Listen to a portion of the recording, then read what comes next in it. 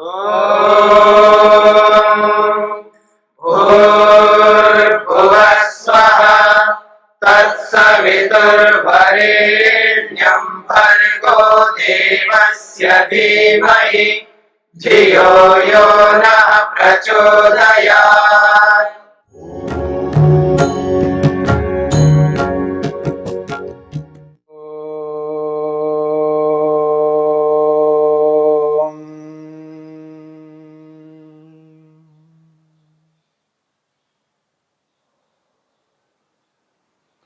साधन पाद के 23वें सूत्र में संयोग के स्वरूप को समझने का प्रयत्न किया। स्वस्वामी शक्त्योः स्वरूपोपलब्धि ही हेतु संयोगः। आत्मा और मन का ये जो संयोग है, यह संयोग किस कारण से होता है? आखिर आत्मा मन के साथ क्यों जुड़ता है? आत्मा शरीर के साथ, इन इंद्रियों के साथ क्यों जुड़ता है? आत्मा इस संसार में आता ही क्यों? संसार के साथ क्यों संयुक्त होता है? इस बात को समझने के लिए महर्षि वेदव्यास ने, महर्षि पतंजलि ने यहां पर स्पष्ट रूप से कथन किया है। इस बात को समझने के लिए महर्षि पतंजलि ने इस बात को स्पष्ट करते हुए 24वें सूत्र में कहा है, आखिर आत्मा मन के साथ क्यों संयुक्त होता है? भूमिका के रूप में महर्षि वेदव्यास कहते हैं, यस्तु प्रत्यक् चेतनस्य स्वबुद्धि संयोगः। यस्तु प्रत्यक् चेतनस्य स्वबुद्धि संयोगः। वो कहते हैं, यह जो प्रत्यक् चेतनस्य, अंतरात्मा का, इस शरीर में रहने वाला जो आत्मा है उसका, इस शरीर के साथ, इन इंद्रियों के साथ, मन के साथ ये जो संयोग होता है वो क्यों होता है? तो कहते हैं, तस्य हेतुरविद्या। इसका समाधान महर्षि पतंजलि करते हैं, तस्य हेतुरविद्या। इस संयोग के पीछे जो कारण है वो है अविद्या। तस्य संयोगस्य हेतुः, कारण अविद्या, अविद्या है। इस संयोग का कारण जो है वो अविद्या है। शरीर के साथ आत्मा का जो संयोग होता है उसके पीछे यदि कोई कारण है तो महर्षि पतंजलि कहते हैं वो अविद्या है। अब ये अविद्या क्या है? इस अविद्या को समझाने के लिए महर्षि वेदव्यास कहते हैं, विपर्यय ज्ञान वासना इत्यर्थ। महर्षि वेदव्यास स्पष्ट करते हैं अविद्या को विपर्यय ज्ञान वासना इत्यर्थ। विपर्यय ज्ञान, विपर्यय ज्ञान कहते हैं मिथ्या ज्ञान को, उल्टे ज्ञान को, विपरीत ज्ञान को। विपर्यय कहते हैं विपरीत ज्ञान। समाधि पाद में हमने अविद्या के स्वरूप को जानते हुए, समझते हुए इस बात को अवगत किया है, इस बात को समझा है।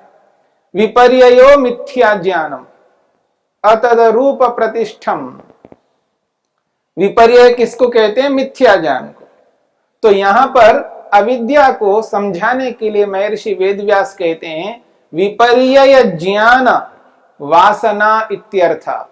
मिथ्या ज्ञान की वासना, यह है अविद्या। विपरीत ज्ञान की वासना, वासना कहते हैं संस्कार को। हमारे मन में मिथ्या ज्ञान की वासना यानी संस्कार बराबर बना रहता है। इसी संस्कार के कारण से, इसी अविद्या के कारण से बार बार आत्मा शरीर के साथ संयुक्त होता है, बार बार जन्म लेता है। इस दृश्य के साथ में आत्मा का ये जो संबंध है, ये इसी विपर्यय ज्ञान के कारण से, इसी विपर्यय ज्ञान रूपी वासना संस्कार के कारण से है। आगे महर्षि वेदव्यास स्पष्ट करते हैं, विपर्यय ज्ञान वासना आवासिता च न कार्यनिष्ठाम पुरुष ख्यातिम बुद्धि प्राप्नोति साधिकारा पुनरावर्तते। वो कहते हैं विपर्यय ज्ञान वासना आवासिता, इस विपर्यय ज्ञान रूपी मिथ्या ज्ञान रूपी वासना से घिरी हुई ये जो बुद्धि है, यानी मन, हमारा मन इस मिथ्या ज्ञान रूपी वासना से संस्कार से आबद्ध है। मन मिथ्या ज्ञान से पृथक नहीं हो पा रहा है, यानी यूं कहिए मन से ये उल्टा ज्ञान विपरीत ज्ञान अलग नहीं हो पा रहा है। और ये ज्ञान कब अलग होता है? पुरुष ख्यातिम कार्यनिष्ठाम, जब पुरुष ख्याति आत्मा का ज्ञान, आत्मा का बोध होता है, और आत्मा का बोध होते ही यह विपर्य ज्ञान अलग हो पाएगा। आत्मा ज्ञान ही मिथ्या ज्ञान को अलग करने वाला है। लेकिन यहां पर कहा जा रहा है विपर्य ज्ञान वासना आवासिता, इस मिथ्या ज्ञान से मन घिरा हुआ है। पुरुष ख्यातिम कार्यनिष्ठाम न प्राप्नोति, ये जो पुरुष ख्याति है, आत्मा का जो ज्ञान है, आत्मा का यथार्थ बोध है, इसको संपन्न नहीं कर पाता, आत्मबोध नहीं कर पाता। इसी कारण से साधिकारा, ये जो मन है ये अधिकार वाला बना रहता है, यानी प्रयोजन समाप्त नहीं हुआ, असमाप्त प्रयोजन वाला बना रहता है। इसलिए पुनरावर्तते, बार बार इस शरीर के साथ जुड़ता है, बार बार इस संसार में आत्मा आता है, शरीर को धारण करता है और नाना प्रकार के दुखों को भोगता है। यहां पर स्पष्ट किया है साधिकारा पुनरावर्तते, अधिकार वाला ये मन, अधिकार कहते हैं प्रयोजन, इसका प्रयोजन है भोग और अपवर्ग दिलाना, भोग को प्राप्त करना और अपवर्ग को प्राप्त करना, ये दो प्रयोजन हैं आत्मा के, और मन इन दोनों प्रयोजनों को पूर्ण करने वाला है। इन दोनों प्रयोजनों को पूर्ण जब कराएगा मन, तब निवृत्त अधिकार वाला बन जाएगा, चरितार्थ अधिकार वाला बन जाएगा। पर यहां पर अधिकार बना हुआ है, यानी प्रयोजन अभी विद्यमान है। जब तक यह प्रयोजन रहेगा तब तक मन निरंतर आत्मा के साथ जुड़ता रहेगा और निरंतर जन्म होता रहेगा, और जैसे ही जन्म होता है तो दुख प्रारंभ हो जाता है। दुख प्रारंभ इसलिए होता है, दुख हमें इसलिए प्राप्त होता है क्योंकि हम जन्म लेते हैं, क्योंकि हम इस शरीर के साथ जुड़ते हैं, मन के साथ, इंद्रियों के साथ जुड़ते हैं। ये जो संयोग है यही दुख का कारण है, और इस संयोग के पीछे जो कारण है वो है ये विपर्य ज्ञान रूपी वासना, ये मिथ्या ज्ञान। और जब तक ये पुरुष ख्याति, ख्याति कहते हैं ज्ञान को, पुरुष का ज्ञान यानी यथार्थ बोध, विवेक ख्याति, या यूं कहिए सत्व पुरुष अन्यता ख्याति, ये जब तक प्राप्त नहीं होती है, इस ख्याति के बिना मन निवृत्त नहीं हो सकता, मन के प्रयोजन पूर्ण नहीं हो सकते। इसलिए कहा जा रहा है साधिकारा पुनरावर्तते, अधिकार वाला ये मन बार बार संसार में लौट करके आता है, यानी आत्मा बार बार जन्म को प्राप्त होता है। फिर कहा जा रहा है सातु पुरुष ख्याति पर्यवसानाम, सातु पुरुष ख्याति पर्यवसानाम कार्यनिष्ठाम प्राप्नोति। चरिताधिकारा निवृत्त अदर्शना बंध कारण अभावात न पुनरावर्तते। यहां पर विशेष बात कही जा रही है। सातु यदि वो बुद्धि यानी वो मन पुरुष ख्याति पर्यवसानाम, पुरुष ख्याति आत्मा का जो बोध है, आत्मा दर्शन वाला जो बोध है, विवेक ख्याति है, विवेक ख्याति तक, विवेक ख्याति को प्राप्त कराने तक यह मन कार्य करता रहता है। और जैसे विवेक ख्याति प्राप्त हो जाती है तो मन का कार्य पूर्ण हो जाता है। पुरुष ख्याति विवेक ख्याति को पूर्ण कराकर यह मन चरिताधिकारा, ये चरित अधिकार वाला बन जाता है। यानी जो अधिकार, जो प्रयोजन इस मन का था, वो प्रयोजन पूर्ण हो गया है। पूर्ण प्रयोजन वाला बन करके निवृत्त अदर्शना, ऐसी बुद्धि बन जाती है, ऐसा मन हो जाता है जिसका अदर्शन हट गया है, जिसका मिथ्या ज्ञान हट गया है। जिस मन के अंदर मिथ्या ज्ञान रहता है वो मन बार बार आत्मा के साथ जुड़ जाता है, और जिसके मन में अविद्या नहीं है, इसका अभिप्राय है निवृत्त अदर्शना। जब ये अदर्शन हट जाता है, ये मिथ्या ज्ञान अलग होता है, तो चरिताधिकारा, ये मन पूर्ण किया हुआ होता है, पूर्ण प्रयोजन को पूर्ण कर लिया है, अधिकार को पूर्ण कर लिया है, ऐसा मन हो जाता है। तब बंध कारण अभावात, ये जो बंधन है, इस बंधन का जो कारण अदर्शन है, अविद्या है, उसके ना होने से न पुनरावर्तते, अब ये मन वापस आत्मा के साथ जुड़ता नहीं है। ये शरीर आत्मा के साथ जुड़ नहीं सकता, इंद्रियां जुड़ नहीं सकती, संसार में आत्मा नहीं आ सकता, वो मुक्त हो जाता है, मोक्ष को प्राप्त कर लेता है। क्यों? उसके मन का जो अधिकार है वो पूर्ण हो गया है। मन के जो दो प्रयोजन हैं, वो भोग और अपवर्ग रूपी प्रयोजन है, वो पूर्ण हो चुके हैं। इसलिए चरिताधिकार वाला मन हो करके, जिसके मन में अविद्या हट गई है, ऐसा मन वाला हो करके वो बंधन के कारण को दूर कर लेता है, अविद्या को हटा लेता है, तो उस आत्मा का इस शरीर के साथ फिर संयोग नहीं होगा। और जैसे ही संयोग हट गया है, इसी का नाम मोक्ष है, इसी का नाम मुक्ति है, इसी का नाम अपवर्ग है।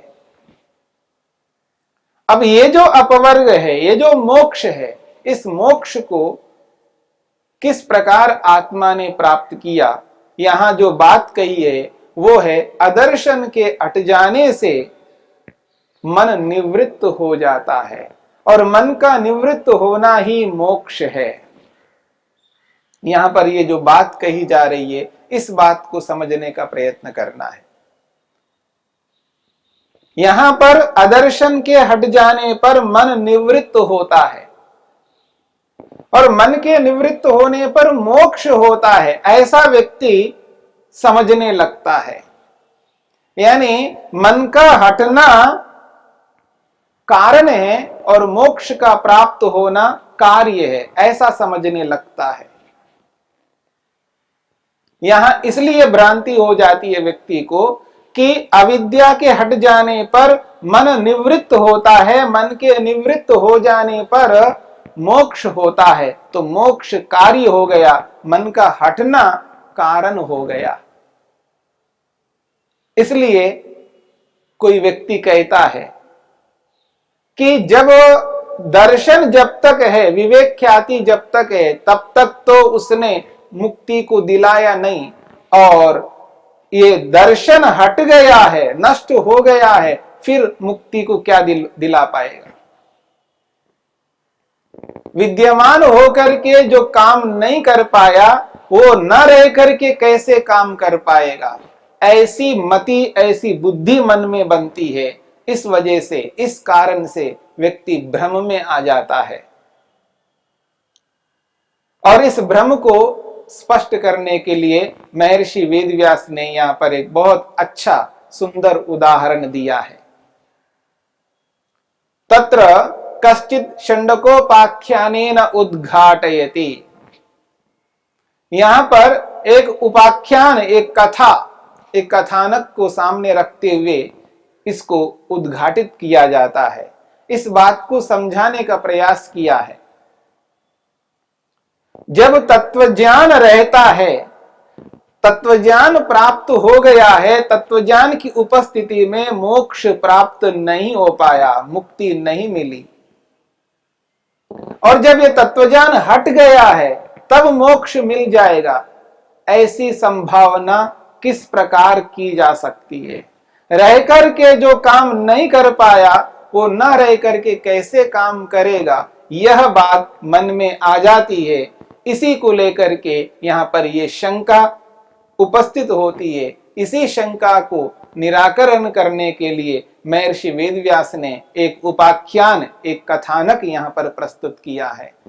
एक ऐसी कथा को यहाँ पर दी है, इस कथा से बात समझ में आ जाती है। षण्डकोपाख्यान, षण्डक कहते हैं नपुंसक व्यक्ति को। एक ऐसा व्यक्ति जो नपुंसक कहलाता है, उसके कथानक को यहां पर प्रस्तुत करके इस बात को समझाने का प्रयत्न किया है कि किस प्रकार ये षण्डकोपाख्यान है, वैसा ही यहां पर है। ये कैसा है तो कहते हैं मुग्धया भार्यया अभिधीयते। मुग्धया भार्यया अभिधीयते। षण्डका आर्यपुत्र अपत्यवती में भगिनी कथम न अहम इति। एक स्त्री अपने पति से कह रही है, मुग्धया भार्यया, एक भार्या, एक पत्नी किस प्रकार है? मुग्धया, मोहित होकर के, मोहग्रस्त होकर के, या यूं कहिए अविद्याग्रस्त होकर के कहती है। क्या कहती है? षण्डका, हे षण्डक, यानी हे आर्यपुत्र, हे पतिदेव, अपत्यवती में भगिनी, मेरी बहन तो संतान वाली हो गई है, मेरी बहन संतान वाली हो गई है, कथम न अहम इति, मैं क्यों नहीं हो पा रही हूं, मेरे को संतान क्यों नहीं हो पा रही है? मेरी बहन को संतान हो गई है तो मेरे को क्यों नहीं हो पा रही है संतान? ये एक पत्नी, ऐसी पत्नी जिसका पति षण्डक है, नपुंसक है, ऐसे पतिदेव से मोहग्रस्त होकर के वो कह रही है। अब इसका समाधान पतिदेव कैसे करते हैं? इस समाधान को सुनकर के ऐसा ही लगता है कि व्यक्ति रह करके तो कुछ नहीं कर पाया, अब ना रहकर कुछ कर लेगा। इसकी क्या आशा की जा सकती है? इस बात को लेकर के हम विचार करेंगे।